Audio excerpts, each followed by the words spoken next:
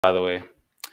Hey, what's up, everybody? This is Ramiro from ANTICONQUISTA. ANTICONQUISTA is an anti-imperialist media collective. Our content is produced by and for the Latin American and Caribbean diaspora. And today we're talking about The State and Revolution by Vladimir Lenin. This is political education session number 5. And we are joined by our good comrade, Kayla. Kayla is a Peruvian-Haitian student and worker based in New York City. Shout out to New York. That's where I'm from, born and raised. I live out here in LA now, but shout out to Queens, to New York. And Kayla is a regular contributor to Anticonquista. What's up, Kayla? How's it going? Hello, hello. Can everyone hear me? It is chilly over here in New York. Maybe not for you, but I still got my AC blasting because until it's freezing, we're going to have that on. I feel you. Yeah, it's still pretty hot out here. I just had the AC out now, and I hear in LA it's still pretty hot during the fall, but I know in New York it's getting pretty chilly. But anyway, so today, again, as I mentioned, we're talking about one of the most important texts in the communist tradition and communist history and literature, one of the key works in terms of how communists understand politics, understand government, understand the state. And we're going to be reading The State and Revolution by Vladimir Lenin, which is included in this anthology, which was edited and has an introduction by Robert Tucker. This anthology has a collection of Lenin's writings on a wide range of subjects, but The State and Revolution is one of them. And The State and Revolution, I think, is a book that a lot of people should be reading, especially people in the US, as we see this bourgeois presidential election taking place, as we see people trying to divert us back into the Democratic and Republican bi-party system. You know, this book help us to understand why both of these options are flawed, the liberals and the conservatives, what revolutionary communists, what analysis we have of the state of changing society, because after all, we live in a corrupt, capitalist, decaying society. And so the study is geared toward guiding ourselves toward a revolutionary method. Just some quick context on The State and Revolution. It was published in 1917, which was the year that the Bolsheviks took power in Russia during the Russian Revolution. For hundreds of years in Russia, they had been ruled by a feudal monarchy, especially the Romanov family dynasty, and that was right-wing, oppressive, and imperialist, and oppresses people, especially poor working-class people. And in 1905, there was a major revolution in Russia, which ultimately was not fully successful. And later in 1917, there was the Russian Revolution led by Lenin and others who were part of that transformation of Russia. And so I just want to quickly read the context of The State and Revolution that's included in the book here. Again, this is from the Lenin anthology, Robert Tucker. While still in Switzerland in 1916, Lenin decided that a book on the Marxist theory of the state was needed and gathered material in a notebook which he entitled Marxism on the State, and left behind in Stockholm when he returned to Russia in April 1917. Except for a short section, section 3, which he added later, he wrote the study for which he used the notebook during his interlude of forced hiding in August through September 1917, and left it unfinished when he took personal command of the revolutionary regime in October. As he explained in the November 30th postscript, he had not had time to write the planned chapter 7 on the experience of the Russian revolutions of 1905 and 1917. This work, his most important contribution to Marxist political theory, is here presented in an unabridged form. And so, again, that's sort of the context. Lenin was outside of Russia. He had lived in exile for many years prior to the success of the Russian Revolution. He was extremely sought after. People were trying to kill him left and right. And so he wrote this as a revolution was taking place. This wasn't some reflection, some, academic study or something that was totally separate from real life. He was writing this as the world's most important revolution at that time was taking place, and he was leading it. So I think in terms of credibility, this is something that everyone around the world, even if you're not a socialist or you're something else, if you consider yourself a revolutionary, you should definitely study this. And so before we actually get into the book, I just wanted to ask you, Kayla, why do you think people should study this work and Lenin in particular? I think this book was like for me in my understanding, this was really the biggest development of Marxism into Marxism Leninism. Marx took the works of Lenin took the works of Marx and Engels and made it digestible and took, a plethora of things, but especially the Engels, the origins of family, the state, and private property, which is a really, really dense text in which I give a lot of credit to State and Revolution for, that it breaks it down and makes it a lot more digestible to the modern 21st century reader. But really, this book is so pertinent to what we're discussing right now, especially as we're looking at our elections are coming up and we're like, well, what is this? We have, this Democrat, Joe Biden, who isn't really good. And then we have Donald Trump, who we know is really, really bad. And they're also very bad. They're also rape. And Lenin basically says in this, and like answers the question, because you live under a dictatorship of the bourgeoisie, and that's why you don't feel yourself represented by either of these. So this is the text where I try to tell anarchists and I tell social democrats that this is the book. This is the book for you to understand what is the state. And this is so important because if you consider yourself a revolutionary, you want to seize power of the state, right? Or you want to at least change the state. You want to overthrow this state that you live in. And he tells you why and what you should do, basically. And to me, this is one of my most favorite books. It breaks down what is the purpose of the military, what is the purpose of the police. This is the book for me. Like, I would consider this book that girl. That's a good book for sure. And it's funny because last night, me and Ofelia, shout out to Ofelia, who's also a co-editor of ANTICONQUISTA, my girlfriend, we live out here in LA, and we were watching a documentary about the Russian Revolution on Netflix, which has a lot of some good content, but it's always subverted in some way, in an anti-communist way. But anyway, the music that they were playing in the background while they were talking about Lenin was like the scariest fucking music I've ever heard. It sounded like something from a horror movie. It was like, and it's just like, those little things in media and propaganda make a difference, because people hear like a certain tone of music and they think is like, and this was all part of Lenin's secret plot to take over. It's like, no, dude, like they were liberating a fucking country from hundreds of years of racism, war, poverty, pogroms, like all this crazy shit. And he was a hero. He was inspiring. And I think that's what Lenin brings to our generation, is that revolutionary optimism of like, how are we going to get shit done? How are we going to change the system? And not just complain about it. And so it's just funny, like the propaganda that's out there about Lenin. I don't know if you have any thoughts on that. He takes a good jab at, our social democrats. And I mean, so I know there's like, everyone likes to quote this because it's hilarious. And this is why I say that Lenin is like a digestible reader, because he's funny. And one of like, I think the most communist like meme-ified line there is that like, all the social chauvinists are now Marxist. Don't laugh. But it's like he's actually like, making fun of these pseudo socialists, right? These democratic socialists, these which are inevitably reformists. And this is something that is so obvious to what we're looking at right now. I mean, the whole go vote, you can change the system by going and voting and making it more left. And it's like, but you don't understand that under the dictatorship of the bourgeoisie, that is just not going to happen, right? And so this is also the text that makes you understand this, like it's revolution. That's what we need. We need revolution. Yeah, that's exactly right. And I'm sure Lenin would have a lot to say about the election that's going on right now. Before I go into starting with chapter 1, shout out to Lynn. Greetings aside for this. Shout out to James Grant. Shout out to Robert Edwards. Shout out to Itzel. Shout out to Aaron. And so we're about to jump right into chapter 1 of The State and Revolution by Vladimir Lenin. Again, part of this anthology with introduction by Robert Tucker. And so chapter 1, I'm going to read a little bit about the class society and the state. So Lenin says, what is now happening to Marxist theory has in the course of history happened repeatedly to the theories of revolutionary thinkers and leaders of oppressed classes fighting for emancipation.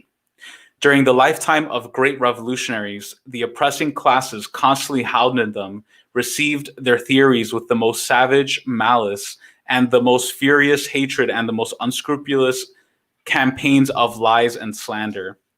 After their death, attempts are made to convert them into harmless icons, to canonize them, so to say, and to hollow their names to a certain extent for the, quote, consolation of the oppressed classes, and with the object of duping the latter, while at the same time robbing the revolutionary theory of its substance, blunting its revolutionary edge, and vulgarizing it.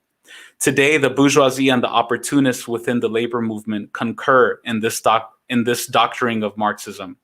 They omit, obscure, or distort the revolutionary side of this theory, its revolutionary soul. They push to the foreground and extol what is or seems acceptable to the bourgeoisie. All the social chauvinists are now Marxists, and more frequently, German bourgeois scholars, only yesterday specialists in the annihilation of Marxism, are speaking of the, quote, national German Marx, who they claim educated the labor unions, which are so splendidly organized for the purpose of waging a predatory war. In these circumstances, in view of the unprecedentedly widespread distortion of Marxism, our prime task is to reestablish what Marx really taught on the subject of the state. This will necessitate a number of long quotations from the works of Marx and Engels themselves. Of course, long quotations will render the text cumbersome and will not help at all to make it popular reading, but we cannot possibly dispense with them. All, or at any rate, all the most essential passages in the works of Marx and Engels on the subject of the state must by all means be quoted as fully as possible so that the reader may form an independent opinion of the totality of the views of the founders of scientific socialism and of the evolution of those views, and so that their distortion by the, quote, Trotskyism now prevailing may be documentarily proved and clearly demonstrated. Let us begin with the most popular of Engels' work, The Origin of the Family, Private Property, and the State, the sixth edition of which was published in Stuttgart as far back as 1894. We shall have to translate the quotations from the German originals as the Russian translations, while very numerous are for the most part either incomplete or very unsatisfactory.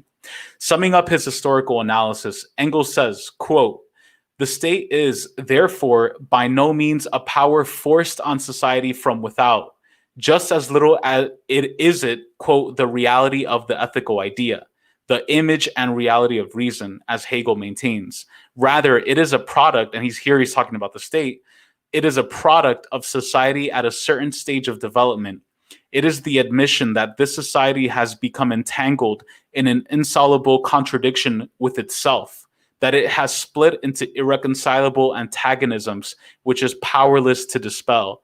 But in order that these antagonisms, these classes with conflicting economic interests, might not consume themselves and society in fruitless struggle, it became necessary to have a power seemingly standing above society that would alleviate the conflict and keep it within the bounds of, quote, order.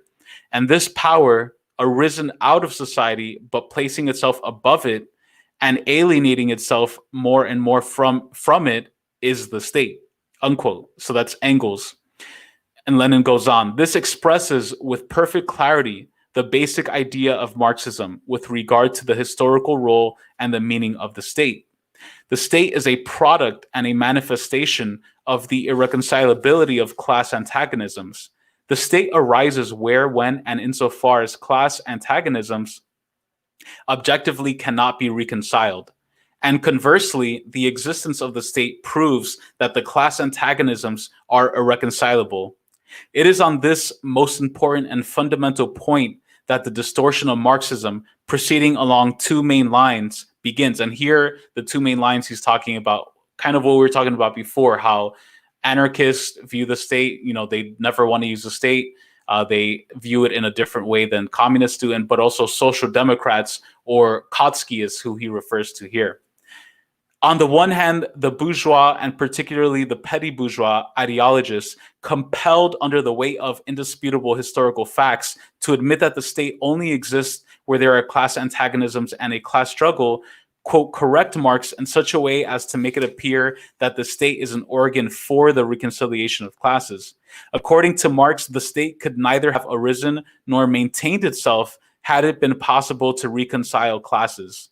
From what the petty bourgeois and Philistine professors and publicists say, with quite frequent benevolent references to Marx, it appears that the state does reconcile classes. According to Marx, the state is an organ of class rule, an organ for the oppression of one class by another.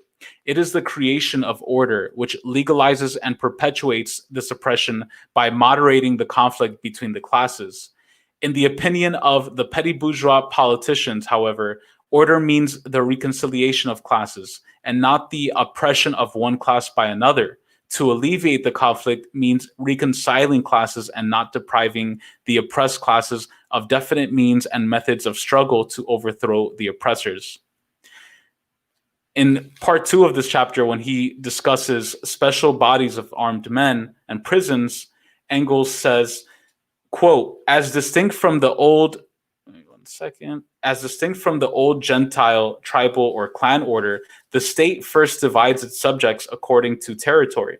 This division seems natural to us, but it cost a prolonged struggle against the old organization according to generations or tribes. Engels elucidates the concept of power, which is called the state, a power which arose from society but places itself above it and alienates itself more and more from it. What does this power mainly consist of? It consists of special bodies of armed men, having prisons and other things at their command. And here he's talking about, obviously, police, the military, the army. And so that's chapter 1. That's a brief excerpt of chapter 1 of State and Revolution by Lenin. Kayla, I don't know if you had any thoughts about that part. Well, I mean, he covers a little bit of a lot. I believe in the beginning what we were talking about was we call it now pink washing. Like, look what has been done to the legacy of Allende or Martin Luther King Jr., people that were, radical, that were anti the dictatorship of the proletariat, in support of the working class and the oppressed, who are now, by liberals, and to maintain the legitimacy of this dictatorship of the proletariat, are taken out of context or distorted to, use a symbol that the masses have over time, seen themselves in, because they were people that stood up for them. Now they've taken their message and used it and distorted to benefit the state. Like, okay, we're going to peek out these little pieces and we're going to adopt these little pieces and say that that's what we represent too. So that, we're using this face of somebody that would actually hate us to make you co-sign with us. And what's crazier to me, because he says they're after their death, and we've seen this happen when people die, but I've noticed this happens with Angela Davis, and she's alive now. And this is she's still alive, right? She's still here, living and breathing, and she's also being used by the liberals. I mean, some might argue that's her own doing, but she's still being used as a liberal. She was a communist.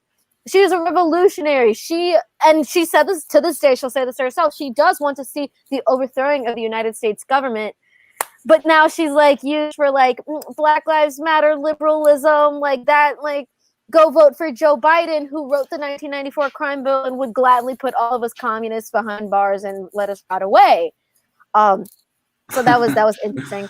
I ended up cutting out because I was on the wrong Wi-Fi, so I missed a little part of what you said. But and then to the second part, and this I was the last of the special bodies, what consists of the state, and this what I think is we disagree with anarchists with. I mean, because it ultimately comes down to the disagreement on what is the function of the state, and the anarchists just see the state as a completely different thing that we do. They see it as something that is innately, in and of itself, evil. And I mean, yes, because the state arises out of class society, that it needs to represent the interest in, to make sure that one class can have dominance over another class, and that is the peace and order, and they use these special bodies to carry this out. So, but at the end of the day, when they don't see that the state is also a tool, it is a method for each class to use what it will with. And with the police, this is something like ACAB, right? Or all cops are bastards. And I don't have anything I'll see it at a protest, and I don't have any innately qualms with that. okay, yes, like I hate NYPD. I hate these United States cops.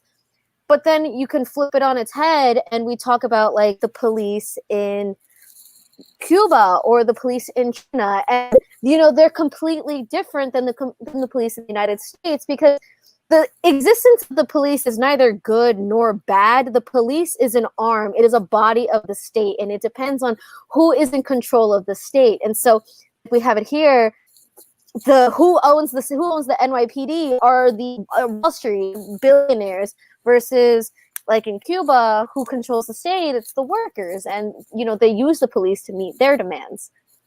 That's exactly right. And the imperialists have even taken advantage of the fact that the left has forgotten the Leninist view of the state as an instrument of class rule. And in their imperialist campaigns against Venezuela and Nicaragua and Cuba, they have tried to bolster up that ACAB, fuck the cops, fuck the police, and have used that revolutionary aesthetic, but applied it to governments that are progressive, that are using armed bodies of men and women in a progressive way to attack the capitalist class. And I think that's what chapter 1 of State and Revolution really helps us understand, is that like the state is not some magical thing that's like up above in the sky and separate from us. It's the product, like you said, of two classes where at war with each other in any given society. And that happens because in any given era of society, we have what are called the means of production, the hospitals, food, like the things that we need to survive, right? In every society, we need food, housing, construction, heating, and the class of people that owns those things that we need to keep us afloat to survive as a human species, that's the ruling class, right? And under capitalism, that's the capitalist class, and the oppressed class is the proletarian class, the working class, from which value is exploited and taken. And so the state is just a way to suppress the class that's being dominated, the class that's dominant. It's like a gun, right? It's like a weapon. And that's kind of the same thing I try to explain to people who are anti-gun or whatever. I'm like, I think women of color, trans women, women in the global South, and people who have been oppressed should have guns. I think I'm pro-guns if the most oppressed people in society have them to defend themselves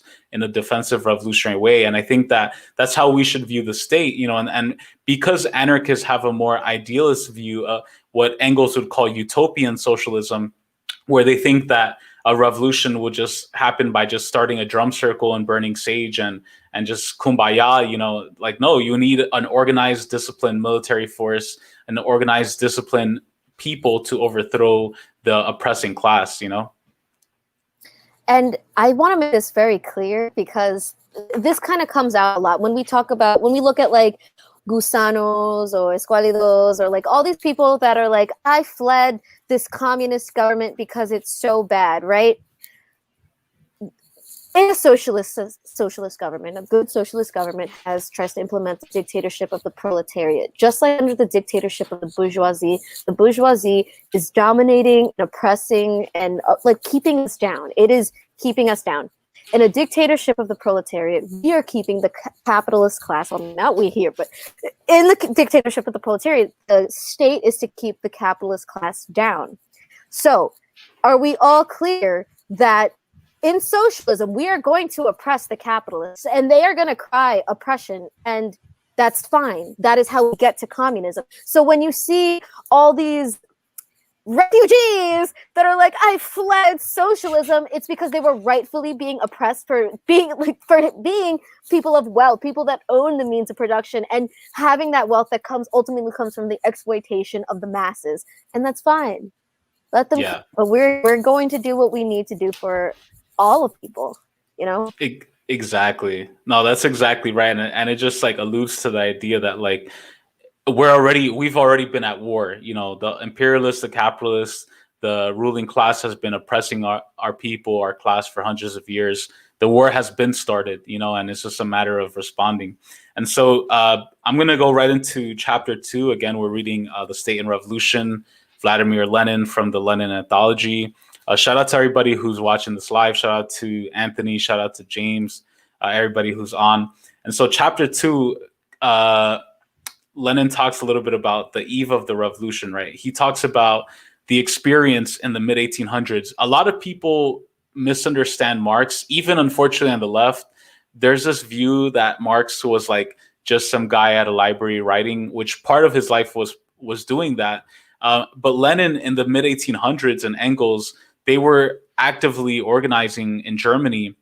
They were kicked out of Germany. You know, Marx had to leave Germany. At the time, I think it was Prussia. The government was going after him because they were taking part in revolutionary movements of that time called the Spring of Nations in around 1848. And so Lenin is reflecting on that time period in which Marx and Engels were beginning to formulate scientific socialism. They were seeing, you know, what worked, what didn't work, and lessons moving forward. And so this is kind of the section that Lenin talks about that. Lenin says, the first works of mature Marxism, The Poverty of Philosophy and the Communist Manifesto, appeared just on the eve of the Revolution of 1848. For this reason, in addition to presenting the general principles of Marxism, they reflect to a certain degree the concrete revolutionary situation of the time.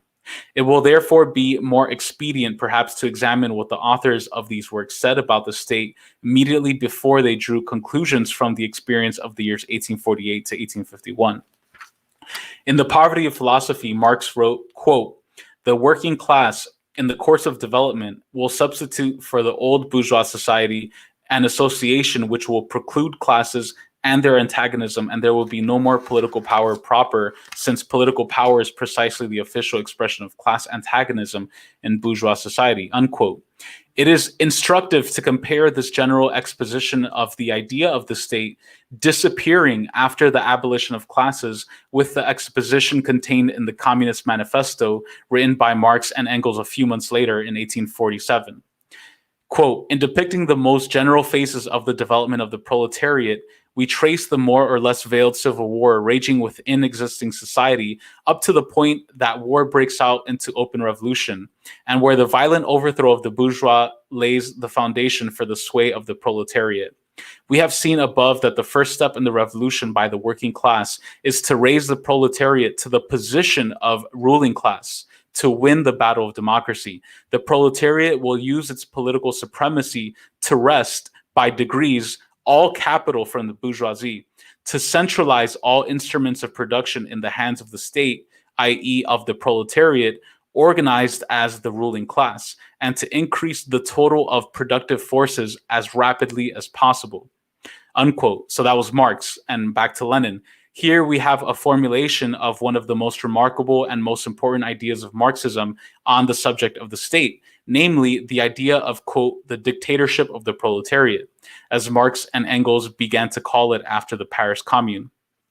And also a highly interesting definition of the state, which is also one of the forgotten words of Marxism, the state, the proletariat organizing as the ruling class. This definition of the state has never been explained in the prevailing propaganda and agitation literature of the official social democratic parties. More than that, it has been deliberately ignored, for it is absolutely irreconcilable with reformism and is a slap in the face for the common opportunist prejudices and Philistine illusions about the, quote, peaceful development of democracy. Sound familiar? The proletariat needs the state. This is repeated by all the opportunists, social chauvinists, and Trotskyists who assure us that this is what Marx taught. But they forget to add that in the first place, according to Marx, the proletariat needs only a state which is withering away, a state so constituted that it begins to wither away immediately and cannot but wither away. And secondly, the working class need a state, the proletariat organized as the ruling class. The state is a special organization of force. It is an organization of violence for the suppression of some class. What class must the proletariat suppress? Naturally, only the exploiting class, i.e. the bourgeoisie. The working people need the state only to suppress the resistance of the exploiters, and only the proletariat can direct the suppression and carry it out. For the proletariat is the only class that is consistently revolutionary, the only class that can unite all the working and exploited people in the struggle against the bourgeoisie in completely removing it. The exploiting classes need political rule to maintain exploitation, i.e. in the selfish interest of an insignificant minority against the vast majority of the people. The exploited classes need political rule in order to completely abolish all exploitation, i.e., in the interest of the vast majority of the people, and against the insignificant minority consisting of modern slave owners, the landowners, and capitalists. The petty bourgeois Democrats, those sham socialists who replaced the class struggle by dreams of class harmony, even pictured the socialist transformation in a dreamy fashion, not as the overthrow of the rule of the exploiting class, but as the peaceful submission of the minority to the majority, which has become aware of its aims. This petty bourgeois utopia, which is inseparable from the idea of the state being above classes, led in practice to the betrayal of the interests of the working classes, as was shown, for example, by the history of the French revolutions of 1848 and 1871, and by the experience of, quote, socialist participation in bourgeois cabinets in Britain, France, Italy, and other countries at the turn of the century. All his life, Marx fought against this petty bourgeois socialism, now revived in Russia by the Socialist Revolutionary and Menshevik parties, the Mensheviks, by the way, which Trotsky was a longtime member of. He developed his theory of the class struggle, and he's talking about Marx here, consistently down to the theory of political power of the state. The overthrow of bourgeois rule can be accomplished only by the proletariat, the particular class whose economic conditions of existence prepare it for this task and provide it with the possibility and the power to perform it. While the bourgeoisie break up and disintegrate the peasantry and all the petty bourgeois groups, they weld together, unite, and organize the proletariat. Only the proletariat, by virtue of the economic role it plays in large-scale production, is capable of being the leader of all the working and exploited people, whom the bourgeoisie exploit, oppress, and crush. Often not less but more than they do the proletarians, but who are incapable of waging an independent struggle for their emancipation. The theory of the class struggle applied by Marx to the question of the state and the socialist revolution leads, as a matter of course, to the recognition of the political rule of the proletariat, of its dictatorship, i.e., of undivided power directly backed by the armed force of the people. The overthrow of the bourgeoisie can be achieved only by the proletariat becoming the ruling class, capable of crushing the inevitable and desperate resistance of the bourgeoisie and organizing all the working and exploited people for the new economic system. The proletariat needs state power, a centralized organization of force, an organization of violence, both to crush the resistance of the exploiters and to lead the enormous mass of the population, the peasants, the petty bourgeoisie, and the semi-proletarians, in the work of organizing a socialist economy. By educating the Workers' Party, Marxism educates the vanguard of the proletariat, capable of assuming power and leading the whole people to socialism, of directing and organizing the new system, of being the teacher, the guide, the leader of all working and exploited people, and organizing their social life without the bourgeoisie and against the bourgeoisie. By contrast, the opportunism now prevailing trains members of the Workers' Party to be the representatives of better paid workers who lose touch with the masses, get along fairly under capitalism, and sell their birthright for a mess of pottage, renounce their role as revolutionary leaders of the people against the bourgeoisie. Marx's theory of the state, the proletariat organized as the ruling class, is inseparably bound with the whole of his doctrine of the revolutionary role of the proletariat in history. The culmination of this role is the proletarian dictatorship, the political rule of the proletariat. But since the proletariat needs the state as a special form of organization of violence against the bourgeoisie, the following conclusion suggests itself. It is inconceivable that such an organization can be created without first abolishing, destroying the state machine created by the bourgeoisie for themselves. The Communist Manifesto leads straight to this conclusion, and it is of this conclusion that Marx speaks of when summing up the experience of the revolution of 1848 to 1851. What do you think about that part, Kayla? So again, lots to cover over there. One of the first things that really spoke out to me was how we correctly characterize reformists as having this, like, they don't have a proper understanding of the type of state that they live in. So they think, or the classes in and of itself, right? How bourgeoisie and proletariat, how the bourgeoisie exists off of the exploitation of the proletariat, and the proletariat exists because it's being exploited by the bourgeoisie. Therefore, they cannot live in harmony. They cannot be in harmony. This is why the state exists, because they cannot be in harmony with one another. One is hurting the other, and the other one is a parasite that exists off of the other. So this is why the state exists. Now, they don't understand that, and they think that we can vote our way or push Democratic Party into voting into, you know, conceding with us. And not to be someone that fetishizes violence, because, you know, I want to make that clear, but I also, violence is going to be the answer. Somebody that is in a class that is existing and living a great life, manifesting off of your suffering, is not going to just say, all right, I've had enough of your suffering.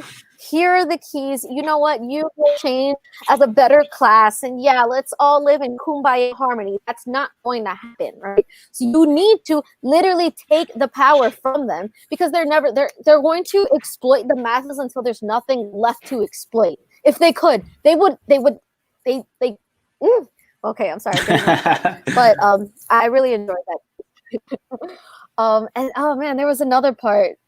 I'll have to come back to it, but you speak your thoughts. Nah, yo, it's so true. And you know, that's the thing, that's the role that a lot of the sellouts within the left play, is like bringing people back to be like, you know, we should participate, we can all be kumbaya and interact and stay within the system. And that's just a method of keeping people within capitalism, not fighting to overthrow a system. And like you said, there's two components, right? Because revolution is not just about tearing down. It's not just about like burning shit and killing people. It certainly is part of it, you know, and if it's done in a way that's for the self-defense of the people against people who have been exploiting. But the other side of that as well is construction. You know, there was that part from Marx that Lenin quotes, where he talks about the dictatorship of the proletariat. And part of that is taking power over the means of production, stealing it back for the people so that everyone has what they need. Like, for example, imagine in the US, if we can take over Amazon. Jeff Bezos, he's not going to give up Amazon willingly and be like, here you go, like all the infrastructure that we have, you know, you guys can use it. But if we're to take over Amazon, be like, this shit's ours now, and we're using Amazon and the delivery and stuff to send food to moms and their kids, to send medicine to people who need it, you know, and to use it for the people. That's how a revolutionary state would take action, you know. And doing that kind of stuff is impossible if you don't have an organized group of people to do that. Like the US military, the imperialists, the police, they are very well organized. They have people on shift. They have people who do special tasks. They have divisions. They have SWAT teams. How the fuck are we going to take over if we can't even do that? We have to be even stronger and better and build dual power and have our own, you know, people's police. Like in Cuba, like as you mentioned, they have comités para la defensa de la revolución, committees for the defense of the revolution, where every block, every hood is organized. They know exactly what's going on. The people are coming together and to defend their communities from any counter-revolutionaries. And that's exactly the sort of scientific socialist model that Lenin presents here in State and Revolution, in terms of, you know, as opposed to the social democrats. I don't know if you have any other thoughts on that, Kayla. Actually, yes. Now, I know that Venezuela is not like a, you know, communist, socialist state, but, you know, one of the things that Venezuela did before Venezuela, but when it was completely capitalist, completely oligarchy controls everything, it was their oil sector, their oil industries that were like really developed and, you know, got a lot of funding from the state, got a lot of attention because it made the state, but it made the figures in the state wealthy, not the people. The people lived, 71% of Venezuelans were living in poverty before the Bolivarian Revolution.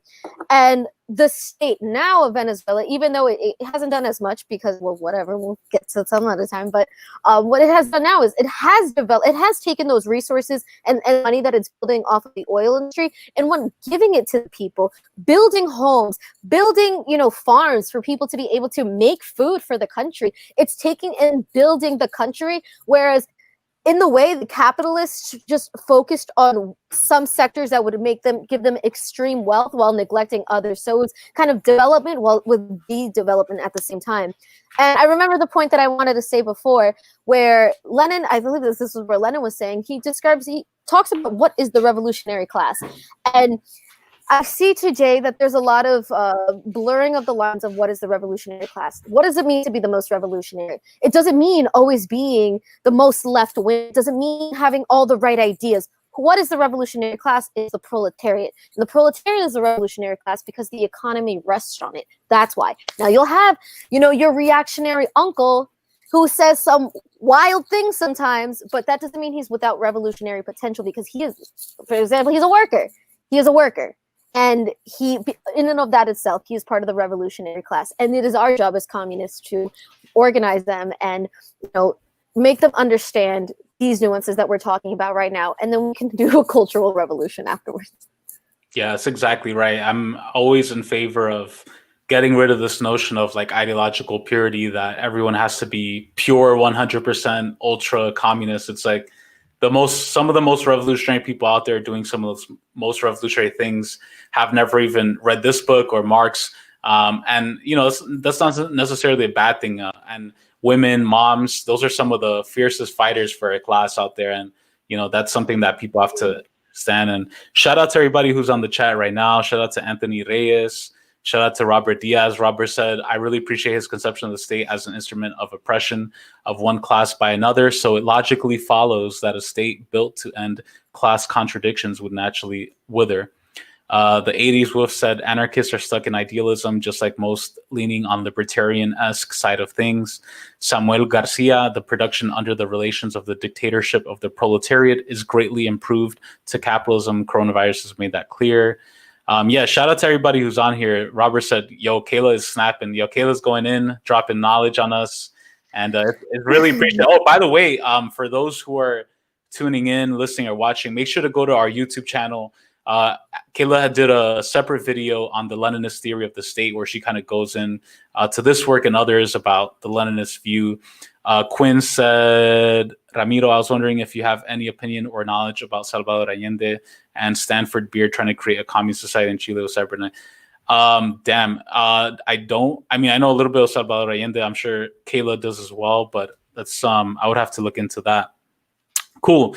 So I'm going to go into chapter 3, and chapter 3 is talking about the experience of the Paris Commune of 1871, which, for those who are not familiar with the Paris Commune, it was a liberated area in Paris that was mainly led by a lot of anarchists at the time, also communists as well, but it ended up being overthrown, surrounded, and it was a defeat. I kind of like to view it similar to like Occupy Wall Street or to Chaz or CHOP, like an attempt to build a liberated or autonomous space within like a city urban area. And Lenin's going to explain like his view of that and what Marx had to say about that. Because again, Marx was living throughout this time. He was seeing it happen. He saw what worked and what didn't work. And so Lenin says, it is well known that in the autumn of 1870, a few months before the Commune, Marx warned the Paris workers that any attempt to overthrow the government would be the folly of despair. But when in March 1871, a decisive battle was forced upon the workers and they accepted it, when the uprising had become a fact, Marx greeted the proletarian revolution with the greatest enthusiasm, in spite of unfavorable auguries. Marx did not persist in the pedantic attitude of condemning an untimely movement, as did the ill-famed Russian renegade from Marxism, Plekhanov, who in November 1905 wrote encouragingly about the workers' and peasants' struggle, but after December 1905 decried liberal fashion they should not have taken up arms. Marx, however, was not only enthusiastic about the heroism of the communards, who, as he expressed it, stormed heaven, Although the mass revolutionary movement did not achieve its aim, he regarded it as a historic experience of enormous importance, as a certain advance of the world proletarian revolution, as a practical step that was more important than hundreds of programs and arguments. Marx endeavored to analyze this experiment, to draw tactical lessons from it, and re-examine his theory in the light of it. The only correction Marx thought it necessary to make to the Communist Manifesto, he made on the basis of the revolutionary experience of the Paris Communards. The last preface to the new German edition of the Communist Manifesto, signed by both its authors, is dated June 24th, 1872. In this preface, the authors, Karl Marx and Friedrich Engels, say that the program of the Communist Manifesto has, quote, in some details become out of date. And they go on to say, quote, one thing especially was proved by the Commune, vis-a-vis that the working class cannot simply lay hold of the ready-made state machinery and wield it for its own purposes, unquote.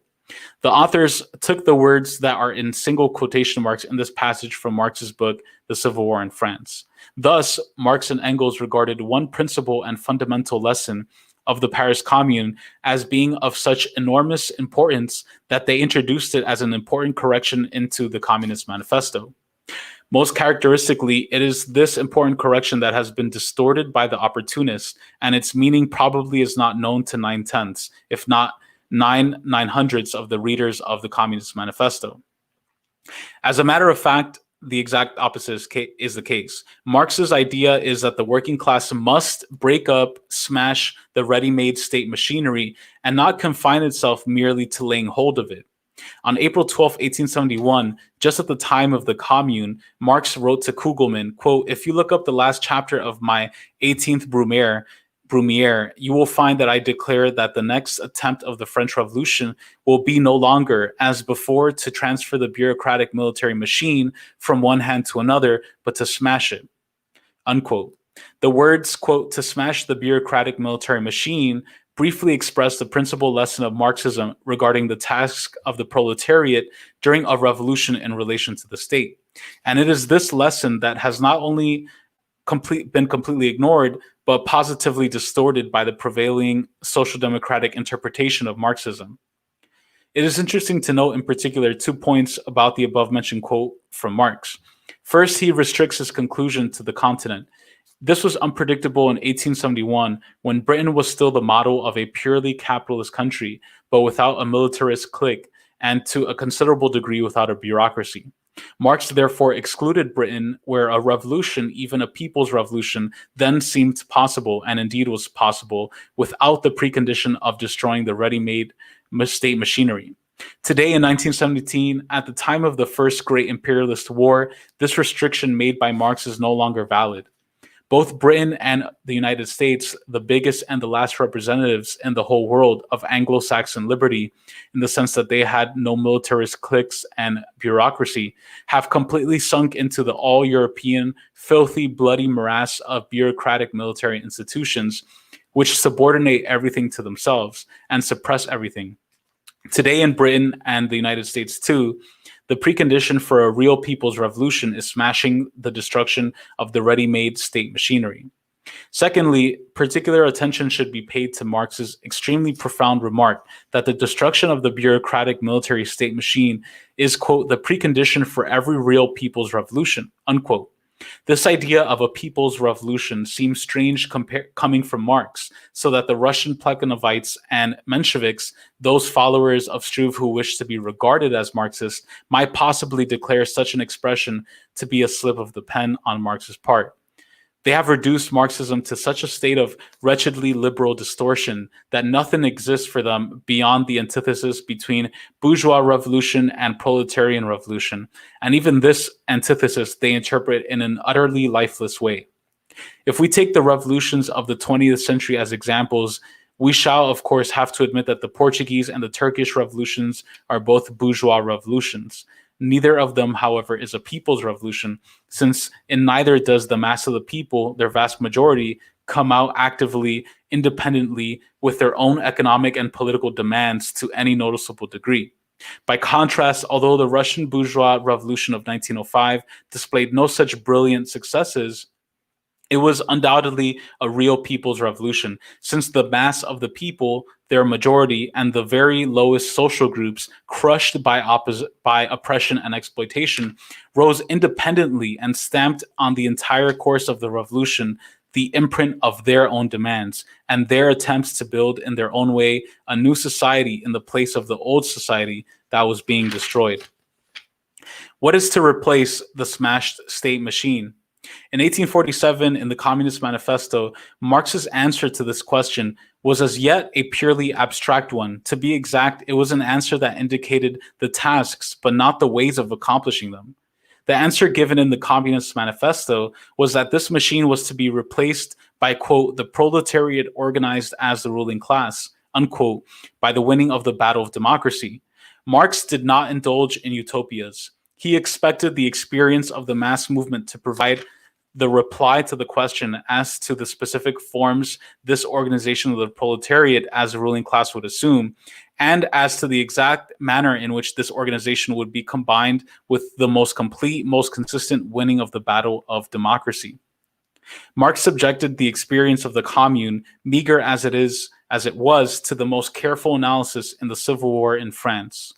So that's an excerpt from chapter 3, where he talks a little bit about the Paris Commune and the debate over what they call the smashing of the state machinery, of what should be replaced, what shouldn't be replaced. And I think it's interesting because this year, not too long ago, if people remember, there was what some were calling CHOP or Chaz in Seattle. And there was a lot of debate over like who's running it, was it going to work at all, and what were some of the issues. And it lasted, I think, maybe a few weeks. And the right wing used that as an example to be like, you see, this is why socialism does not work.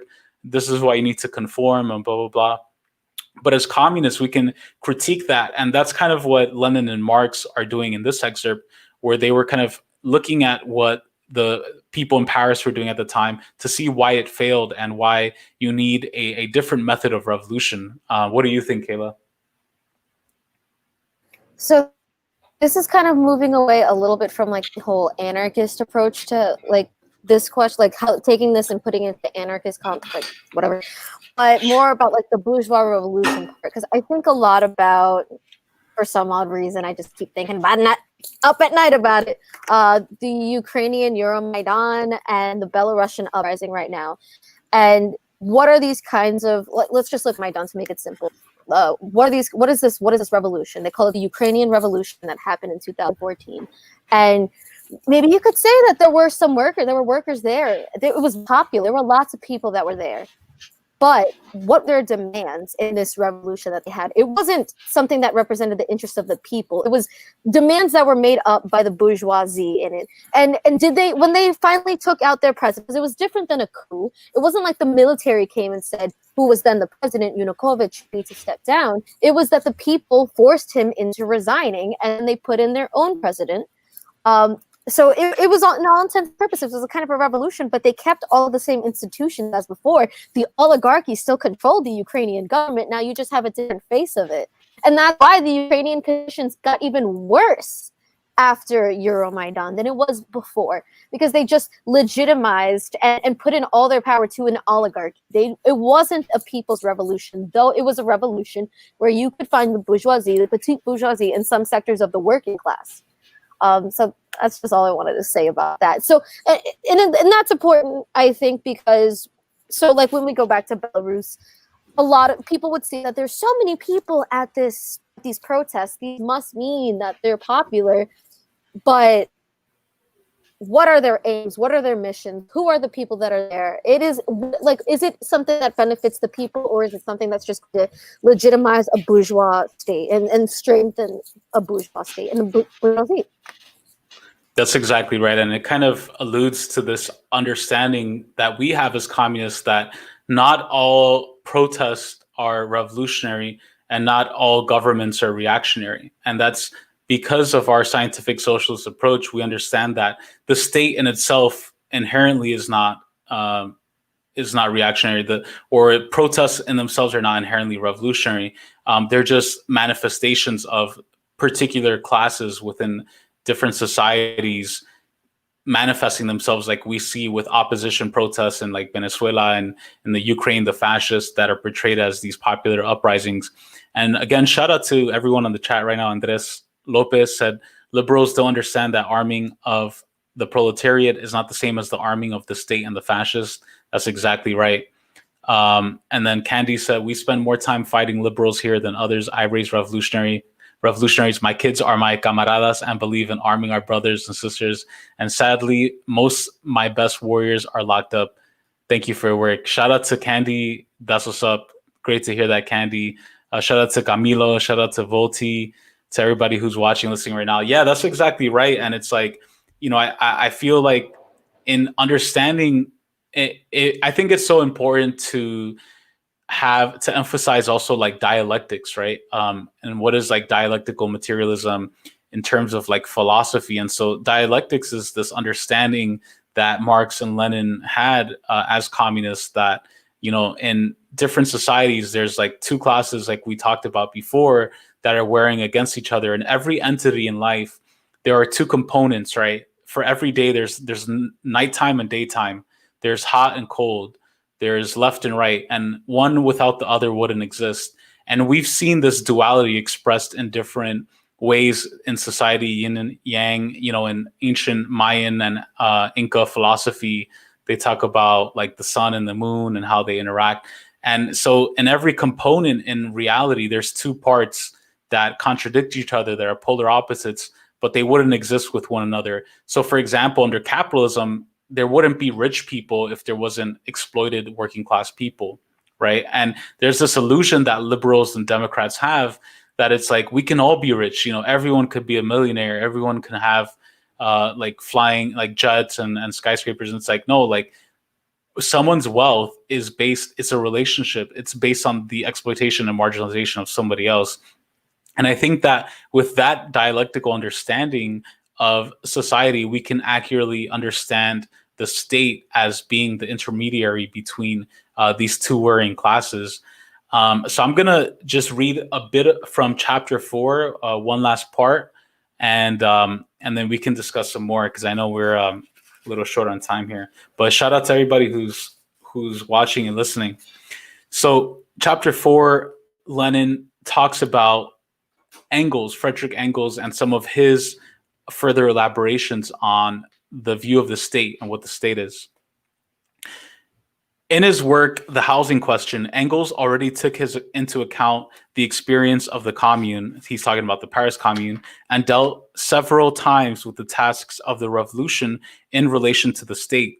It is interesting to note that the testament of this specific subject clearly revealed, on the one hand, points of similarity between the proletariat state and the present state, points that warrant speaking of the state in both cases, and on the other hand, points of difference between them, or the transition to the destruction of the state. And so later on, he goes into talking about Marxism. He says, Marxism has always taught that with the abolition of classes, the state will also be abolished.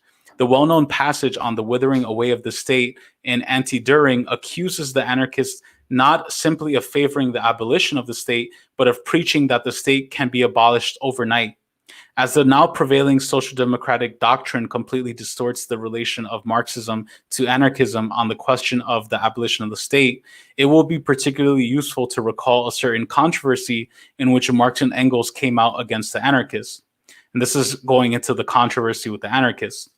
This controversy took place in 1873. Marx and Engels contributed articles against the Proudhonist, autonomist, or, quote, anti-authoritarians to an Italian socialist annual. And it was not only until 1913 that these articles appeared in German in Neue Zeit, which is a magazine. Quote, if the political struggle of the working class assumes revolutionary forms, wrote Marx, ridiculing the anarchists for their repudiation of politics, quote, and if the workers set up their revolutionary dictatorship in place of the dictatorship of the bourgeoisie, they commit the terrible crime of violating principles, for in order to satisfy their wretched, vulgar, everyday needs and to crush the resistance of the bourgeoisie, they give the state a revolutionary and transient form, instead of laying down their arms and abolishing the state, unquote. It was solely against this kind of abolition of the state that Marx fought in refuting the anarchists. He did not at all oppose the view that the state would disappear when classes disappeared, or that it would be abolished when classes were abolished.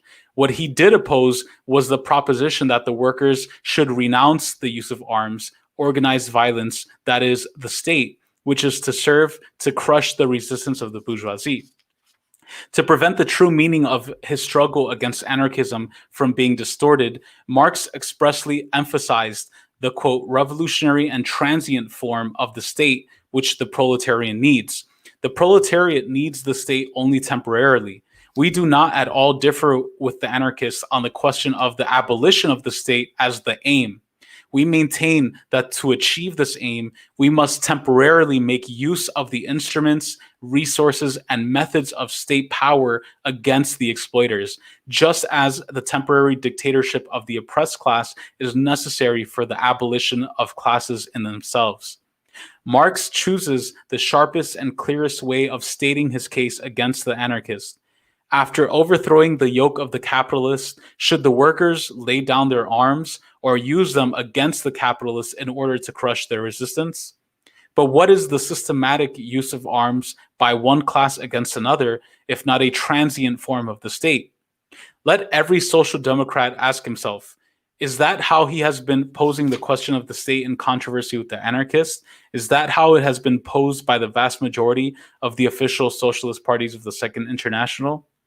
Engels expounds the same ideas in much greater detail and still more popularly. First of all, he ridicules the muddled ideas of the Proudhonists, here referring to Proudhon, who's an anarchist philosopher, who called themselves, quote, anti-authoritarians, i.e. repudiated all authority, all subordination, all power. Take a factory, a railway, a ship on the high seas, said Engels.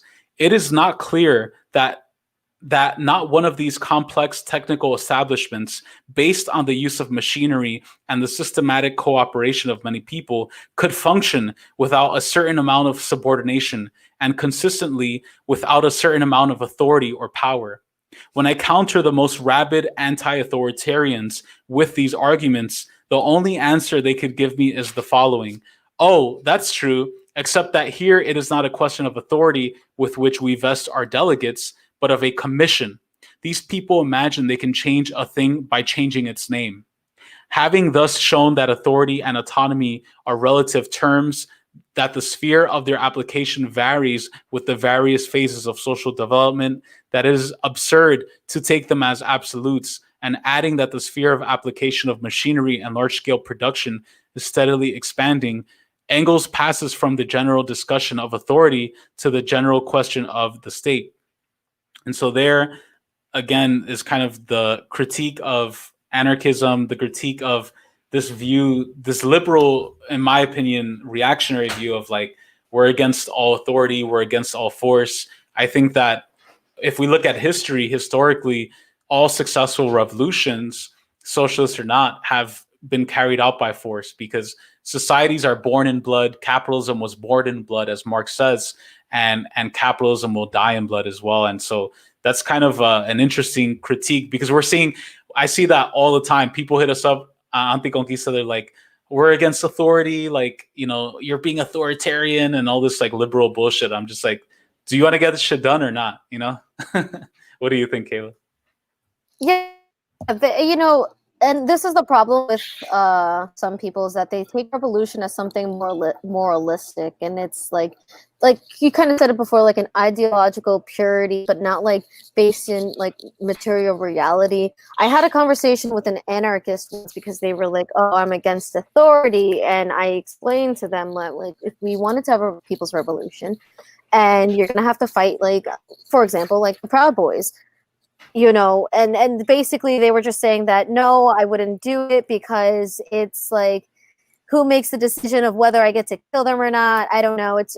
Whatever. Silliness, super liberal silliness that is not based in any type of reality. But I like how he does mention earlier there that we don't differ from anarchists that much, and that we have the same goals. We would like to abolish the state. We would like to abolish class society. But when you understand and you look at history, as Engels had done before, if you look at history, the state arises because of the existence of class society. So it is through the socialist state that when we oppress the oppressors, we can wither away with the class society. And therefore, we wither away with the state, because the state is only existing for one class to dominate another. So in the end, we do have the same goals. We just disagree on the steps to get there. And it's funny because they also get into that point. Well, we don't call it XYZ, we call it a commission. So it's like, okay, so if it quacks like a duck and it walks like a duck, but we call it a chicken, right? You know, and It's that's a lot of like the anarchist stuff. And otherwise, what is the other hand? That anarchist movements also tend to get co-opted by reactionary forces that want to use it for X, Y, and Z means. And that is why we need authoritarian. That's why we need authority. We need authoritarianism to protect ourselves. Yeah, that's exactly right. And that's also connected with going back to what we're talking about dialectical materialism, this understanding that like we, you know, the use of force, right? Like what is force? The force exists everywhere around us. The universe is a very chaotic and violent place. Like the universe is fucking chaos, has so much violence and force. There's constantly like, you know, planets, stars forming. Same thing with Earth. You know, animals are constantly dying and fading away, hunting each other. There is force all around us. We do not exist at a point of equilibrium, of like metaphysical equilibrium, where like, you know, one person does one thing and they initiate force. Force is a constant because reality is constant motion. Reality is, as Marx talked about, class struggle is the locomotive of history. Conflicts between two classes bring about new societies. You know, the conflict between the feudalism and capitalists created capitalism because the capitalists won. And now a new class was born, the proletariat. And so now the old order, the capitalists, against the new order, the proletariat, you know, thesis and antithesis, synthesis, right? A new system is born out of these two competing forces that are forcing upon each other. And so that's something that I think that the anarchists fail to understand, because they have a very static metaphysical view of reality where it's like anyone doing anything is authority and force. Well, how the fuck are you going to get anything done? We have fucking kids to feed. We have families to feed. We have reactionaries to hold back, to you know, we have planes to fly, trains to get on the tracks. We have commodities and goods to send to poor and working class people. And it's just interesting because like one of the anecdotes I've heard about the Russian Revolution is that, you know, the anarchists always wanted to blow up the railroads during the Russian Revolution. They were like, oh, those are czarist railroads. We don't need, those are bourgeois capitalist railroads. And Lenin and the Bolsheviks were like, no, don't blow up the railroads because we can use them and take control of them to build, to develop, to grow, because that's ultimately what it's about. You know, it's about building, growing, serving the people, providing for the people. And so I think it's just like a good way to kind of critique, because again, going back to like the critique of these two dominant trends that we see within the quote unquote left in the US is like social democrats who are like, go vote, you know, let's kumbaya, harmony with the liberals, participate, you know. And then there's the other extreme where it's like against all authority, like fuck everybody, I'm against everything, it's like both sides lead you to nowhere, you know. And this viewpoint of organized, militant, revolutionary proletariat class, this is the biggest threat. And I think that's why works like State and Revolution have purposely been not hidden from our generation, you know, of people learning about this. And personally, I think it's very dangerous.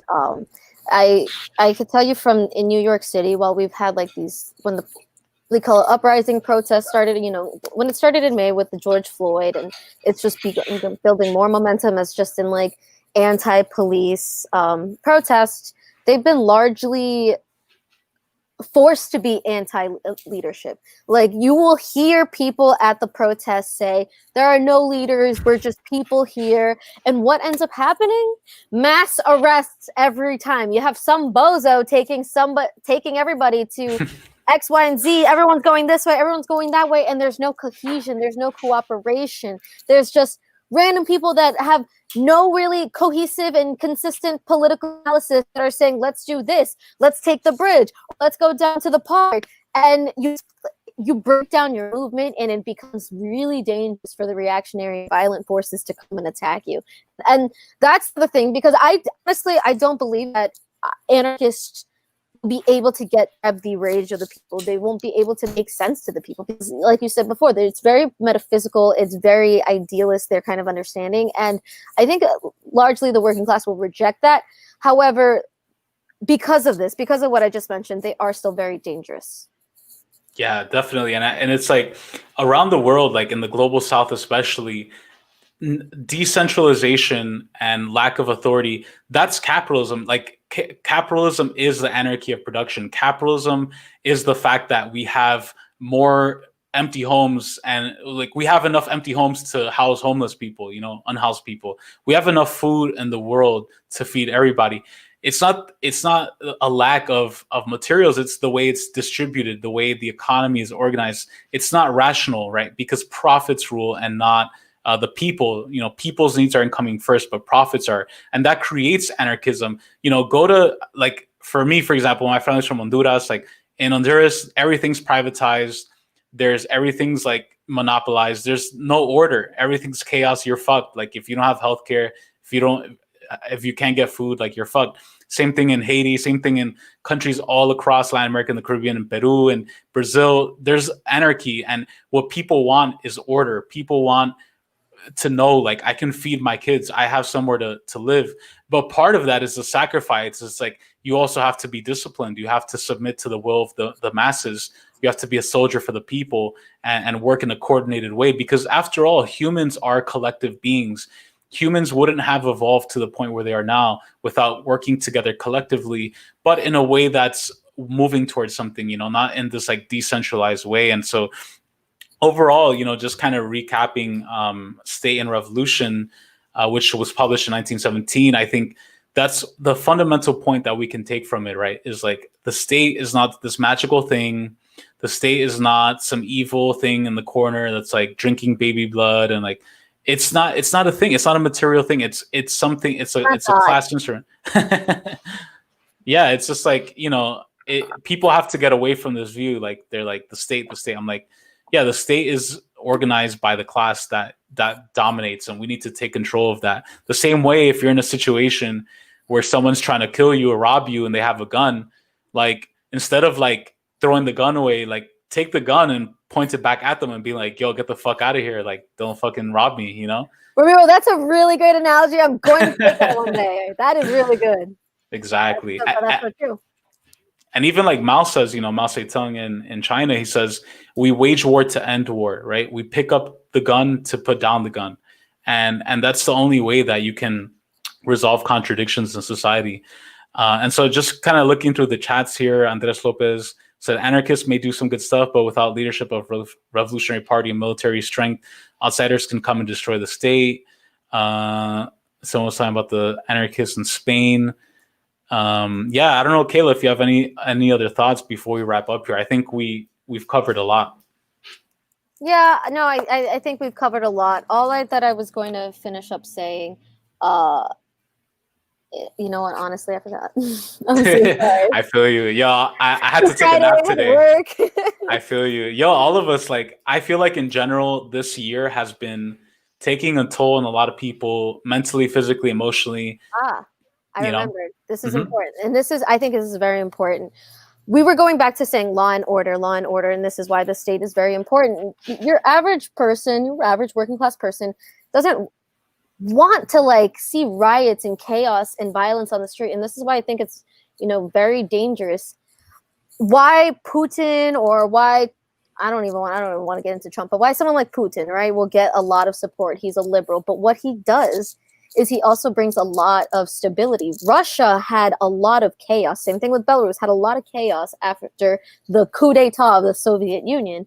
And what he brought back was stabilization for the people. Now, that might be reactionary, liberal reactionary state and order, but it brought stability and it brought law and order, and that's what people want. And it makes me really nervous. Like, I love to see the people rising up and getting some consciousness, but it's also making me nervous that we don't have a collective and constructed, we don't have an organized movement going on. We have just people rightfully getting upset and doing what they will without any type of conversation, without any group conversation, like, are we going to do this? Are we going to make XYZ to burn XYZ tree or whatever have you?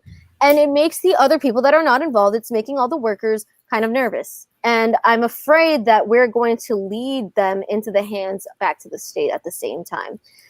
So this just gives more to the rise of why decentralization and leaderless movements are not good. I'm not saying it's bad to burn what X, Y, and Z, whatever. But what is bad is when you do it just for adventurism. You just do it. Someone does it with no party backing them up. Nobody agreed. Nobody okayed this. You just did it just because you felt like it.